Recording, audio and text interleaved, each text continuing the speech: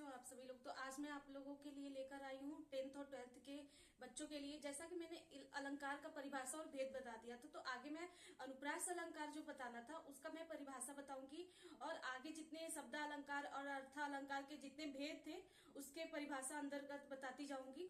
तो पहले वाले वीडियो मेरा जाकर के आप मेरे चैनल पे देख सकते हैं, और वीडियो पसंद आए तो लाइक और सब्सक्राइब जरूर कर दीजिएगा। आइए देखते हैं अनुप्रास अलंकार का परिभाषा और यमक अलंकार और श्लेष अलंकार का भी आगे भी मैं जितने परिभाषा है सब बताऊंगी एग्जाम्पल के साथ। तो आइए देखते हैं वीडियो।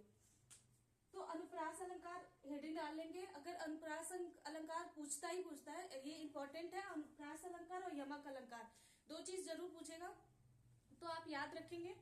अनुप्रास अलंकार का हेडिंग डालेंगे और लिखेंगे जब किसी वर्ड की बार बार आवृत्ति होती है, जब किसी वर्ड की बार बार आवृत्ति होती है उसमें जो चमत्कार आता है, तब जो चमत्कार आएगा उसी को ही अनुप्रास अलंकार कहते हैं। जब किसी वर्ड की बार बार आवृत्ति होती है, जैसे एग्जाम्पल लिखेंगे चारुचंद्र की चंचल किरणें, च की आवृत्ति कितनी बार हो रही है, चारुचंद्र की चंचल किरणें खेल रही थी जलथल में, तो च की आवृत्ति ज्यादा बार मतलब बार बार हो रही है, इसलिए अनुप्रास अलंकार होगा। इसकी पहचान अगर जैसे एग्जाम्पल में चारुचंद्र लिखते हैं या फिर किसी कंपटीशन में भी ये क्वेश्चन आ जाता है, चारुचंद्र की चंचल किरणें खेल रही थी, या चंदू के चाचा ने चंदू की चाची को, च की जो आवृत्ति आ रही है इससे आप पहचान सकते हैं कि ये अनुप्रास अलंकार है। ठीक है, तो इस प्रकार आप पहचान भी लेंगे, और अनुप्रास अलंकार का बहुत ही अच्छा उदाहरण मतलब मैंने परिभाषा भी बता दी है, तो आप इस तरीके से लिख सकते हैं। ठीक है,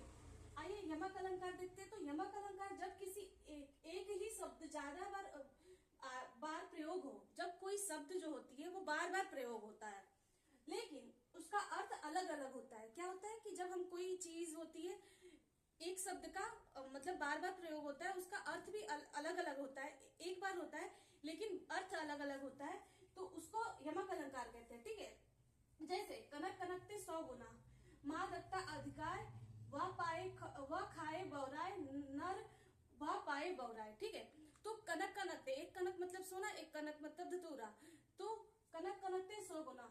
तो इस प्रकार क की जो आवृत्ति होती है और दोनों का अर्थ अलग अलग हो रहा है, तो ये जो होता है वो यमक अलंकार है। ठीक है, अब श्लेष अलंकार देखेंगे। ये देखिए, ये जो हम यमक अलंकार, अनुप्रास अलंकार और श्लेष अलंकार बता रहे हैं, ये अर्थालंकार शब्द अलंकार में आएगा। ये मैंने बताया कि शब्द अलंकार में 3 और अर्थालंकार में 5 आते हैं। तो शब्द अलंकार के जो वो है अनुप्रास है, यमक है और श्लेष है, याद तो होगा ही, मैंने बताया था वीडियो में।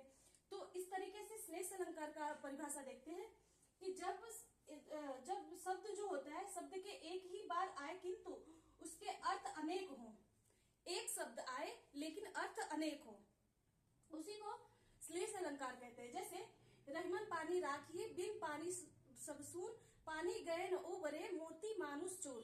ठीक है, ये जो है पानी गए न उबरे, मोती मानुष चोर, तो पानी का जो अर्थ होता है वो अलग अलग होता है। ठीक है, और इस प्रकार मैंने अर्थालंकार का कंप्लीट कर दिया है, और उपमा अलंकार देखेंगे। शब्द अलंकार कंप्लीट कर दिया, अर्थालंकार देखेंगे। ठीक है, अर्थालंकार में 5 होते हैं, 5 भेद होते हैं, 5 में मैंने उपमा अलंकार डाला है, तो उपमा अलंकार हेडिंग डालेंगे, और ये अक्सर पूछा जाता है। मान लीजिए श्लेष अलंकार नहीं पूछेगा तो यमक, अनुप्रास और उपमा ये तो पक्का है कि पूछेगा, और रूपक अलंकार उसका भी बहुत ही ज्यादा पूछा जाता है। तो उपमा अलंकार में क्या लिखेंगे, आइए देखते हैं। जब किसी व्यक्ति या वस्तु की तुलना किसी दूसरे व्यक्ति या वस्तु से की जाए, जब किसी वस्तु की तुलना किसी दूसरे व्यक्ति या वस्तु से की जाए, उसी को ही उपमा अलंकार कहते हैं। जैसे एग्जाम्पल डालेंगे, सागर सा गंभीर हृदय, सागर सा मतलब सागर की जो वो है गहराई है, उसकी तुलना किसी व्यक्ति से की जा रही है। ठीक है, उसके बाद से गिरी का सागर सा गंभीर हृदय हो, गिरी सा ऊंचा हो उसका मन, तो क्या है, गिरी मतलब पर्वत, उसकी ऊंचाई जैसा मन होना चाहिए मनुष्य का। तो इसका तुलना किससे कर रहा है, सागर से, और मतलब गिरी मतलब पर्वत से, सागर से और गिरी से कर रहा है, तो इसमें जो तुलना कर रहा है वो उपमा अलंकार होता है। तो उपमा अलंकार आपने देख लिया, आगे हम देखते हैं रूपक अलंकार। तो रूपक अलंकार में लिखेंगे कि जहां उपमेय और उपमान में कोई अंतर दिखाई ना दे, जहां पर उपमेय और उपमान में कोई अंतर दिखाई ना दे वहीं पर रूपक अलंकार होगा। ठीक है, एग्जाम्पल देखेंगे, उदित उदयगिरी मंच पर रघुवर बाल पतंग। किस पे?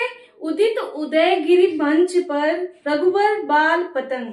ये एग्जाम्पल बहुत ही अच्छा है और आप लिखेंगे एग्जाम में बहुत अच्छा होगा। ठीक है, तो ये समझ में आ गया रूपक अलंकार। उत्प्रेक्षा अलंकार देखते हैं। तो उत्प्रेक्षा अलंकार में जहां पर उपमेय के ना होने पर भी उपमेय, जहां पर उपमान के ना होने पर भी उपमेय को ही उपमान मान लिया जाता है, वहां पर उत्प्रेक्षा अलंकार होता है। उपमेय के ना होने पर, तो उपमेय, उपमान के ना होने पर उपमेय को ही उपमान मान लिया जाता है, वहां पर उत्प्रेक्षा अलंकार हो जाता है। जैसे कि मनु नील मणि शैड पर आपत पर्यो प्रभात। मनु नील मणि शैड पर, जहां पर मनु, जनु, आवहु ये सब आता है, वहां पे उत्प्रेक्षा अलंकार होगा। ये चीज बनो, मनु, मानव ये सब आएगा तो आप पहचान में आ जाएगा कि उत्प्रेक्षा अलंकार है। ठीक है, अब संदेह अलंकार देखेंगे। तो जहां पर किसी वस्तु या व्यक्ति को देख करके संशय मतलब संदेह, संशय बना रहे, वहां पर संदेह अलंकार होगा। ठीक है, तो एग्जाम्पल देखेंगे, यह काया है या शेष है, यह काया है या शेष है उसी की छाया, क्षण भर उसकी कुछ समझ न आया। ठीक है, तो अगर ये एग्जाम्पल नहीं लिख पाते हैं तो आप लिख लेंगे, साड़ी बिच नारी है कि नारी बिच साड़ी है, कि साड़ी है कि नारी बिच साड़ी है। तो इस प्रकार मतलब आपको अपने आप से संदेह हो रहा है कि नारी है कि साड़ी है, मतलब नारी है या साड़ी में लिपटी हुई नारी है या साड़ी है, या साड़ी है कि नारी है, इस प्रकार से संदेह अलंकार हो रहा है ना, तो संदेह अलंकार होगा। ठीक है, अब मानवीकरण में देखेंगे, जब प्रकृति वस्तुओं जैसे पेड़ पौधे बादल आदि में मानव भावनाओं का वर्णन होता है, वहां पर मानवीकरण होता है। ठीक है, तो जब प्रकृति, पेड़ पौधे बादल आदि में मानव का जो भावनाएं होती हैं, मानवीय भावनाओं का वर्णन होता है, वहीं पे मानवीकरण होता है। ठीक है, तो फूल हंसते, इसका एग्जाम्पल है, फूल हंसते कलियां मुस्कुराई। ठीक है, फूल हंसे कलियां मुस्कुराई। ठीक है, ये एग्जाम्पल बहुत ही शॉर्ट है और अच्छा है। मानवीकरण में, मानवीकरण अक्सर पूछा नहीं जाता है, ज्यादा ज्यादा संदेह अलंकार पूछेगा, रूपक अलंकार या यमक अलंकार या फिर उत्प्रेक्षा अनुप्रास अलंकार, ये सब पूछा जाता है। ठीक है, तो अगर एग्जाम्पल आ जाए, अगर या फिर मानवीकरण आ जाए तो आप बोल सकते हैं, आप लिख सकते हैं।